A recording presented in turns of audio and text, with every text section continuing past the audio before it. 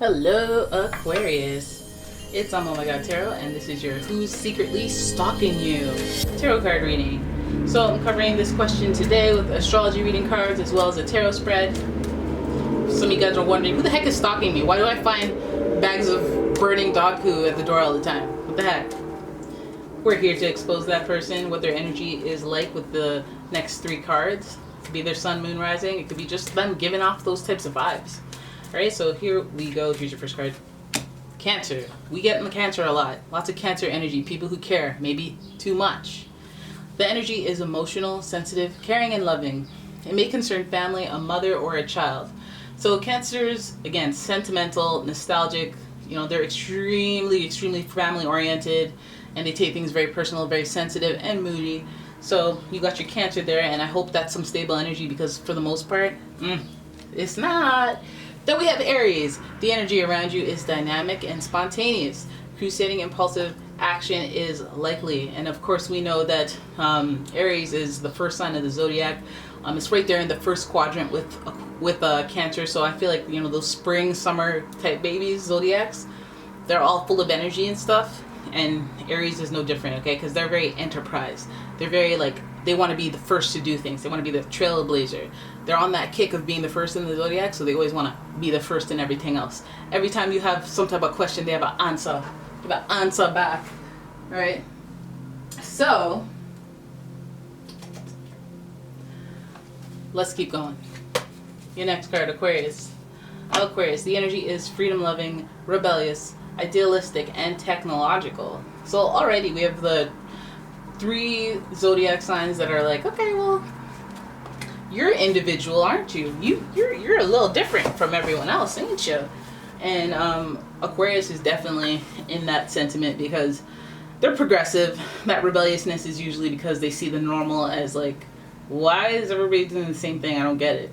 You know, they come into life like that. They're free-spirited. And they care about they care about friendships, groups, networking, people from different walks of life. So this could be anybody, guys. This could be anybody stalking you, but all we know is that they could be opting to become one of the greatest stalkers, the most precedent setting stalkers. Now, Cancer energy, let's hope this is family, because then, you know, they won't do you no harm or nothing like that.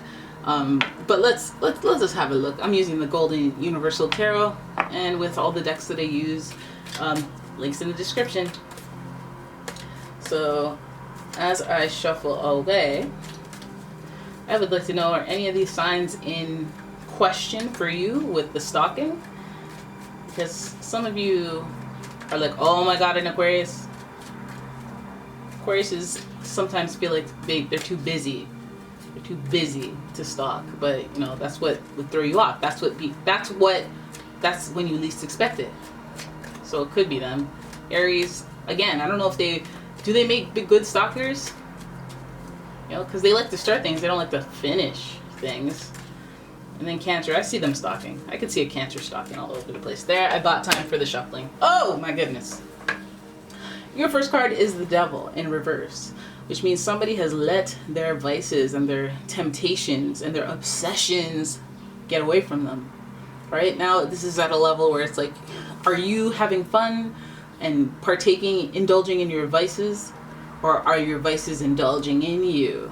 You know, have you taken the hey, let's celebrate, let's have some drinks, or now it's like, let's have some drinks, and there's no celebration. It's just like, drinking is the way of life. You know, no celebration needed. You know, it's like letting things that are gluttonous get away from you. And this also is Capricorn energy, and it's also that energy of feeling tethered to something that you, or someone that, you know, you can't control, but you can control. Your next card. Ooh, Eight of Cups. Oh, Eight of Cups. Okay, well, that's bummed outedness. That's being depressed, bummed, and maybe a little more bummed than normal, a little more depressed or upset, maybe about this vice, maybe this lack of control. Some of you guys have, you know, some of these people have, I don't want to say relapse, but like, it's like you lost control of something that you had control over, and it bums them out, bums your stalker out. Maybe they're tethered to you through this vice, or through this like You know, maybe you were their Krispy Kreme buddy. You know, maybe you were their Krispy Kreme buddy and you said, you know what, I'm going to quit Krispy Kremes. And they're like, but that means that we can't go for our daily walk. And then they took it all personal because Cancer energy, right? But it could also mean that like they admit or know that they have some type of affliction, some addiction, or some codependency with you, and they feel really bummed about taking initiative or coming to completion on that subject. What is coming to completion? Again, it could be one person quitting, a change to the routine, but it's whatever's related, however it connects you and builds this codependency. They're getting bummed out. They're getting bummed out. That's what makes me feel like something's about to change. Okay, so their happy home. What they've come to know is normal with these vices. Maybe, again, some of you guys 420 friendly. Some of you guys are like, you know what? I want to quit. And then your partner's like, but that's the only way you're tolerable. No. Like, let's hope it's not like that, but, you know. We have the Ten of Cups here, which is like a disruption to that happy home. Happy home, resettling. You know, this is like when you move from one happy home to the next. There's a little transition period that's uncomfortable. There's some sweating. There's some moving boxes. There's some losing stuff, breaking furniture, all that stuff. But you're ultimately going to unpack, unwind, and feel at home and feel happy again. And so this card being in reverse is just that little transition, a little hiccup, little fork in the road. And I feel like this person that's stalking you is feeling like they can find a happy ending again or recalibrate a happy ending again, but we're just going through the throes of the negativity, of the gut reaction, the feels of bummedness because of this change. I feel like, you know, this even speaks to trying to quit an addiction and then being super salty and crabby, and then realizing that super salty and crabbiness is just a phase. You just have to get over the other hump of it to get to that happy ending. Yep, and then we got some anxiety running. We got some anxiety. We got depression and anxiety in this reading. That's crazy. But I guess, again, we have vices and losing control, so that goes hand in hand. And yes, that whole depression and anxiety thing is sandwiched. It's sandwiching that Ten of Cups, your happy ending. So it's almost like this person is, you know, it's preventing their happiness. You know, what this obsession is. This obsession, let's hope it's something tied and tethered to you and not actually the obsession is you. So, you know, because they feel like they're depressed and anxious. They're dreaming about it and they feel like they ruined a good thing, ruined their happy home, if that's what the problem is with their codependency, which, again, Cancers are very susceptible to codependency. Oh my goodness, what kind of reading is this? Then we have the Tower. Tower is, again, that disruption of that happy home, that surprise element of it, sudden change, sudden events transpiring that disrupt the routine of life, and not in a very like hey move type way, in a very like shocking and surprising and unsettling way. Fire is very disruptive. Fire is very hot, okay? Eventful actions, things actually happen, things going down. And so I think the circumstances around this is very unique. It's almost like a cycle that is very destructive, almost self-sabotagey type. I feel like this person has made home uncomfortable, and they either have nightmares or dreams about you, or the situation that's connected to you, which leads them to depression, anxiety, having those dreams. They feel like their happy home was disrupted. Maybe you messed up their happy home for them and they can't stop thinking about it. They feel tied and tethered to you, possibly by this interest in fighting.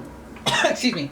So Aries' planetary ruler is Mars, which is associated with Tower as well, and that card is in reverse. So when we're talking aggression, we could have went, sexual chemistry, sure, addicted to that sexual chemistry. Or we look at Aries as the planet of aggression, and we have to consider that there's action, desire, and when we're talking about stalking, there's action, desire, there's hot-headedness, there's short-sightedness, there's impulsiveness. So this person may be one of those like emotional stalkers where they're like, maybe if I just show up with a boombox and roses, that, you know, because I can't get this person off my mind, and maybe I can recreate our happy ending and make stuff work again. Maybe we can learn to love again.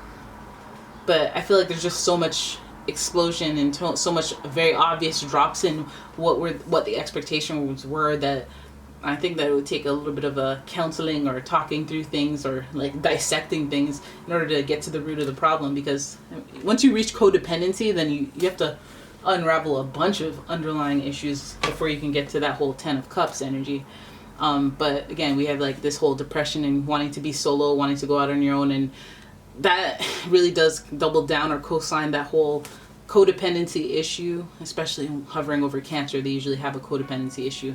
A little bit of a cling there. And just feeling bummed about, I guess, if one person wants to go solo, that does disrupt the happy home. That might be the issue. Again, another person could be a little selfish in disrupting the path towards happiness, stable happiness at that. And then we have the Nine of Swords just smack dab in the middle between the happy ending card in reverse. Oh, a little delay on that happy ending, but it's there. But it has this anxiety in the middle, like maybe worrying about how things will turn out a lot is why this person is resorting to stalking. Like, I don't know what's gonna happen. I don't know what's gonna happen. I don't want to break up. I don't want to break up. Or we're codependent. If you were to ever leave, I'd be so, sad. Maybe they're upset because you took some time to yourself and they're all anxious and worried about it. So they're stalking you and trying to be like, okay, well, let me put a tracker on your thing so you don't leave me, so I know where you were. So, a little bit of a, hey, we need to work out the kinks in our relationship and the trust issues because you're being weird, Oh, I feel like my whole world's gonna fall apart. Had a dream and now I'm mad at you. Type like irrational or very emotional Cancer-based type vexings. I'm vexed with you because what you did in my dream last night. If it's a water sign, two water signs in a relationship, and they have a dream, and you make them angry in the dream, it's a real conversation when you wake up. It's a real, actual. Whereas if you were a water sign, and you were dating an earth sign, you'd be like, I'm not even gonna mention because this earth sign's gonna make a fool of me, But yeah. Anyways, that's your reading. I hope you guys enjoyed it. If you did, please give the video a thumbs up and subscribe to the channel. And if you'd like a personal reading, please check out the description for a link to my website as well as a link to my Etsy shop where I sell all sorts of candles, bath bombs, soaps, and other metaphysical products. So thank you guys so much for watching. I'll see you in the next one.